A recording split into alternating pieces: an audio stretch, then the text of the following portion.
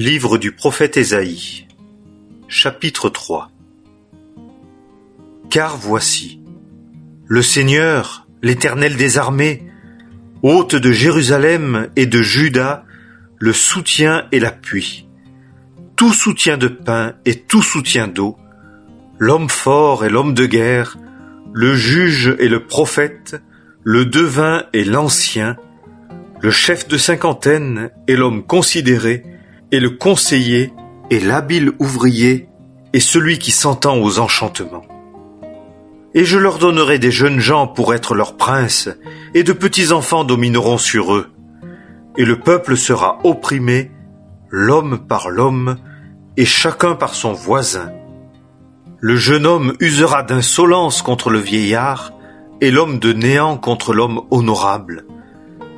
Alors, si un homme saisit son frère dans la maison de son père, disant « Tu as un manteau, tu seras notre chef, et cette ruine sera sous ta main », il jugera en ce jour-là, disant « Je ne puis être un médecin, et dans ma maison il n'y a pas de pain, et il n'y a pas de manteau. Vous ne me ferez pas chef du peuple. Car Jérusalem bronche, et Juda tombe, parce que leurs langues et leurs actions sont contre l'Éternel, pour braver les yeux de sa gloire. L'aspect de leur visage témoigne contre eux, et ils annoncent leurs péchés comme Sodome. Ils ne le cachent pas. Malheur à leur âme, car ils ont fait venir le mal sur eux-mêmes. Dites aux justes que le bien lui arrivera, car ils mangeront le fruit de leurs actions. Malheur aux méchants, il lui arrivera du mal, car l'œuvre de ses mains lui sera rendue. Quant à mon peuple, des enfants l'oppriment, et des femmes le gouvernent. Mon peuple, ceux qui te conduisent te fourvoient, et détruisent le chemin de tes sentiers. L'Éternel se tient là pour plaider, et il est debout pour juger les peuples. L'Éternel entrera en jugement avec les anciens de son peuple et avec ses princes, disant « Et vous, vous avez brouté la vigne, la dépouille du pauvre est dans vos maisons. Qu'avez-vous à faire de fouler mon peuple et de broyer la face des pauvres ? Dit le Seigneur, l'Éternel des armées. » Et l'Éternel dit « Parce que les filles de Sion sont hautaines, et qu'elles marchent le cou tendu et les regards pleins de convoitise, et qu'elles marchent allant à petits pas, faisant résonner leurs pieds, le Seigneur rendra chauve le sommet de la tête des filles de Sion, et l'Éternel exposera leur nudité. En ce jour-là, le Seigneur ôtera l'ornement des anneaux de pied, et les petits soleils, et les petites lunes, les pendeloques de perles, et les bracelets, et les voiles, les diadèmes, et les chaînettes des pieds, et les ceintures, et les boîtes de senteurs, et les amulettes, les bagues, et les anneaux de nez, les vêtements de fête, et les tuniques, et les manteaux, et les bourses, et les miroirs, et les chemises, et les turbans, et les voiles de gaze. Et il arrivera qu'au lieu de parfum, il y aura pourriture. Et au lieu de ceinture, une corde. Et au lieu de cheveux artistement tressés, une tête chauve. Et au lieu d'une robe d'apparat, un sarrau de toile à sac. Flétrissure au lieu de beauté. Tes hommes tomberont par l'épée, et tes hommes forts dans la guerre. Et ses portes se lamenteront et mèneront deuil, et, désolée, elle s'assiera sur la terre. Livre du prophète Ésaïe, chapitre 4. Et 7 femmes saisiront un seul homme en ce jour-là, disant « Nous mangerons notre propre pain, et nous nous vêtirons de nos propres vêtements, seulement que nous soyons appelés de ton nom. Ôte notre opprobre. En ce jour-là, Il y aura un germe de l'Éternel, pour splendeur et pour gloire, et le fruit de la terre pour magnificence et pour ornement, pour les réchappés d'Israël. Et le résidu en Sion et le reste dans Jérusalem sera appelé saint.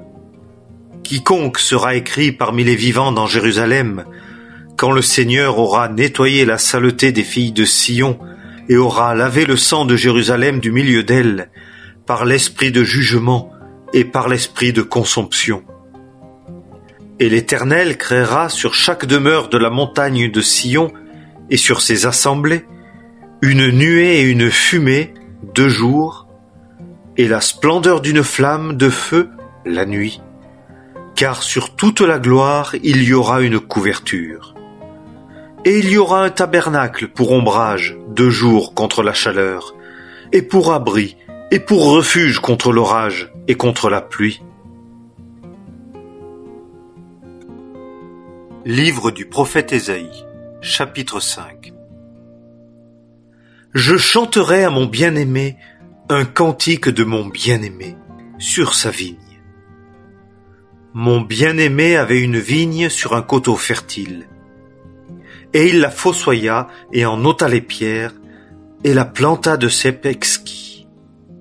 Et il bâtit une tour au milieu d'elle, et y tailla aussi un pressoir. Et il s'attendait à ce qu'elle produirait de bons raisins. Et elle produisit des raisins sauvages. Et maintenant, habitants de Jérusalem et hommes de Juda, jugez, je vous prie, entre moi et ma vigne. Qui avait-il encore à faire pour ma vigne que je n'ai pas fait pour elle? Pourquoi, quand j'espérais qu'elle produirait de bons raisins, a-t-elle produit des raisins sauvages? Et maintenant je vous apprendrai ce que je ferai à ma vigne. J'ôterai sa haie, et elle sera broutée. J'abattrai sa clôture, et elle sera foulée aux pieds. Et je la réduirai en désert. Elle ne sera pas taillée, et elle ne sera pas sarclée, et les ronces et les épines monteront. Et je commanderai aux nuées qu'elles ne laissent pas tomber de pluie sur elle. Car la vigne de l'Éternel des armées est la maison d'Israël, et les hommes de Juda sont la plante de ses délices. Et ils s'attendaient au juste jugement. Et voici l'effusion de sang. À la justice, et voici un cri. Malheur à ceux qui ajoutent maison à maison, qui joignent champ à champ, jusqu'à ce qu'il n'y ait plus de place et que vous habitiez seuls au milieu du pays.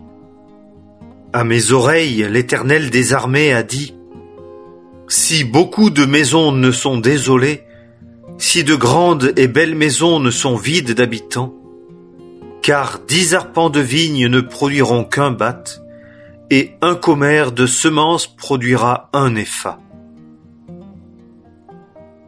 Malheur à ceux qui, se levant de bonne heure, courent après la boisson, et qui, s'attardant jusqu'à la brune, sont enflammés par le vin. Et la harpe et le luth, le tambourin et la flûte et le vin abondent dans leur festin. Et ils ne regardent pas l'œuvre de l'Éternel, et ils ne voient pas l'opération de ses mains. C'est pourquoi mon peuple est allé en captivité, parce qu'il n'a pas de connaissance. Et ses grands meurent de faim, et sa multitude est asséchée de soif. C'est pourquoi le Shéol élargit son désir, et ouvre sa bouche sans mesure. Et la magnificence de Jérusalem y descendra, et sa multitude, et son tumulte, et sa joie. Et l'homme du peuple se courbera, et le grand sera abaissé.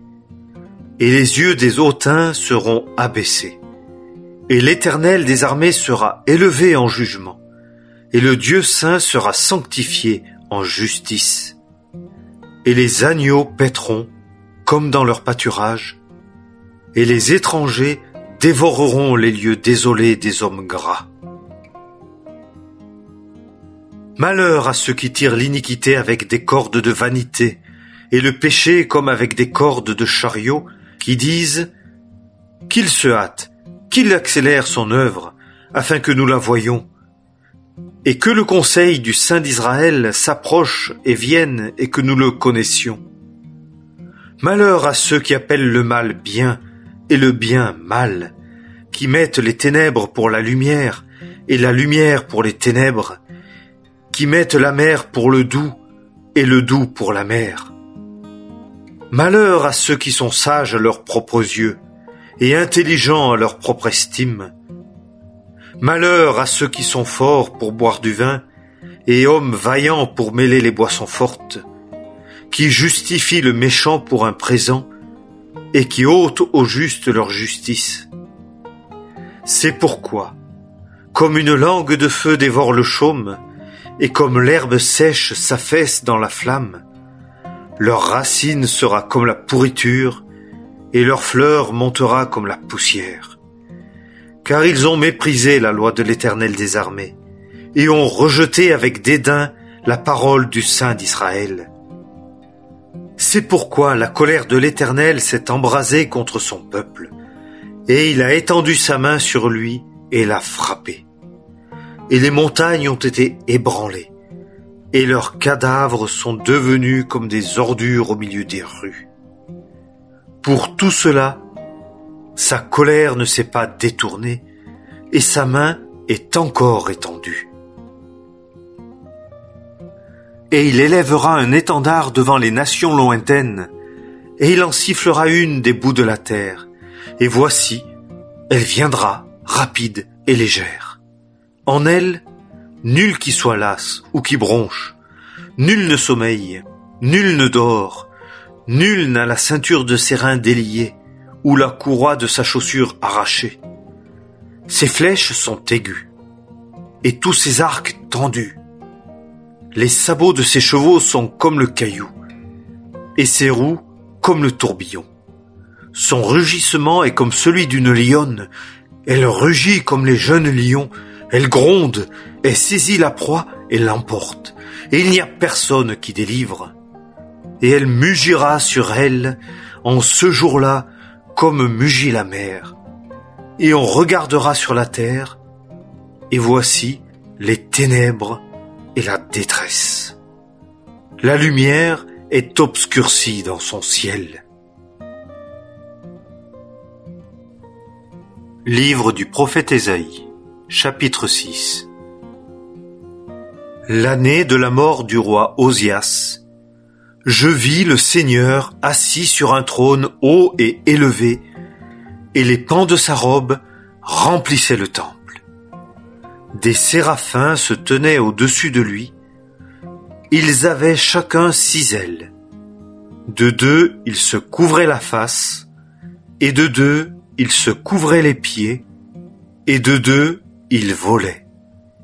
Et l'un criait à l'autre et disait : Saint, Saint, Saint est l'Éternel des armées. Toute la terre est pleine de sa gloire. Et les fondements des seuils étaient ébranlés à la voix de celui qui criait, et la maison était remplie de fumée.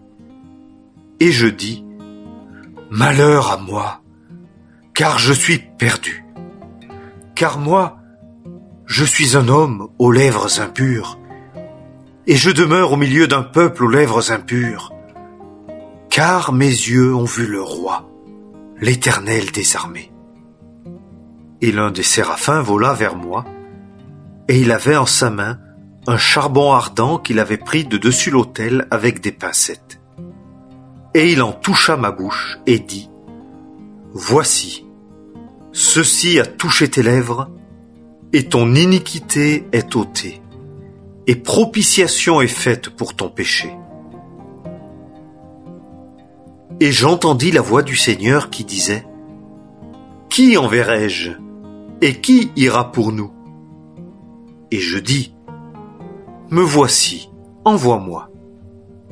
Et il dit : Va, et dis à ce peuple : En entendant, vous entendrez, et vous ne comprendrez pas. Et en voyant, vous verrez, et vous ne connaîtrez pas. Engraisse le cœur de ce peuple, et rends ses oreilles pesantes, et bouche ses yeux, de peur qu'il ne voie des yeux et n'entende de ses oreilles et ne comprenne de son cœur et ne se convertisse et qu'il ne soit guéri. Et je dis, jusque à quand, Seigneur? Et il dit, jusqu'à ce que les villes soient dévastées, de sorte qu'il n'y ait pas d'habitants, et les maisons, de sorte qu'il n'y ait pas d'hommes, et que le sol soit réduit en entière désolation, et que l'Éternel en ait éloigné les hommes, et que la solitude soit grande au milieu du pays. Mais il y aura encore là un 10e, et il reviendra, et il sera brouté, comme le térébinthe et le chêne dont le tronc reste quand ils sont abattus. La semence sainte en sera le tronc. Livre du prophète Ésaïe, chapitre 7. Et il arriva dans les jours d'Akaz, fils de Jotham, fils d'Ozias, roi de Juda, que Rétsin, roi de Syrie, et Pékak, fils de Rémalia, roi d'Israël, montèrent à Jérusalem pour lui faire la guerre, mais ils ne purent pas l'assiéger. Et on rapporta à la maison de David, disant, la Syrie est venue prêter appui à Éphraïm. Et son cœur fut agité, et le cœur de son peuple comme les arbres de la forêt sont agités devant le vent. Et l'Éternel dit à Ésaïe, sors à la rencontre d'Akaz, toi et Shear-Jashub, ton fils, au bout de l'aqueduc de l'étang supérieur, sur la route du champ du Foulon. Et tu lui diras, prends garde, et sois tranquille, ne crains point, et que ton cœur ne défaille pas devant ces 2 bouts de tison fumants, devant l'ardeur de la colère de Rétsin et de la Syrie et du fils de Rémalia. Parce que la Syrie a formé contre toi de mauvais desseins, Éphraïm aussi et le fils de Rémalia, disant, montons contre Juda et jetons-y l'alarme, et faisons-y pour nous une brèche, et établissons pour roi au milieu d'elle le fils de Tabéel. Ainsi dit le Seigneur, l'Éternel, il ne s'accomplira pas et n'aura pas lieu, car le chef de la Syrie c'est Damas, et le chef de Damas c'est Rétsin. Et encore 65 ans, et Éphraïm cessera d'être un peuple. Et le chef d'Éphraïm, c'est la Samarie, et le chef de la Samarie, c'est le fils de Rémalia. Si vous ne croyez pas, vous ne subsisterez pas. Et l'Éternel parla encore à Akaz, disant, demande pour toi un signe de la part de l'Éternel ton Dieu. Demande-le dans les lieux bas ou dans les hauteurs d'en haut. Et Akaz dit, je ne le demanderai pas, et je ne tenterai pas l'Éternel. Et il dit, écoutez donc, maison de David, est-ce peu de chose pour vous de lasser la patience des hommes, que vous lassiez aussi la patience de mon Dieu? C'est pourquoi le Seigneur, lui, vous donnera un signe. Voici, la Vierge concevra et elle enfantera un fils, et appellera son nom Emmanuel. Il mangera du caillé et du miel pour savoir rejeter le mal et choisir le bien. Car avant que l'enfant sache rejeter le mal et choisir le bien, le pays des 2 rois duquel tu as peur sera abandonné. L'Éternel fera venir sur toi et sur ton peuple et sur la maison de ton père des jours qui ne sont pas venus depuis le jour qu'Éphraïm s'est retiré de Juda, savoir le roi d'Assyrie. Et il arrivera en ce jour-là que l'Éternel sifflera la mouche qui est au bout des fleuves d'Égypte et l'abeille qui est dans le pays d'Assyrie, et elles viendront et se poseront toutes dans les vallées désertes et dans les fentes des rochers et sur toutes les broussailles et sur tous les pâturages. En ce jour-là, le Seigneur rasera avec un rasoir pris à louage au-delà du fleuve, avec le roi d'Assyrie, la tête et les poils des pieds, et il enlèvera aussi la barbe. Et il arrivera en ce jour-là qu'un homme nourrira une jeune vache et 2 brebis. Et il arrivera que, de l'abondance du lait qu'elles donneront, il mangera du caillé. Car tous ceux qui seront de reste au milieu du pays mangeront du caillé et du miel. Et il arrivera, en ce jour-là, que tout lieu où il y avait 1000 ceps de 1000 pièces d'argent sera abandonné aux ronces et aux épines. On y viendra avec des flèches et avec l'arc, car tout le pays sera ronces et épines.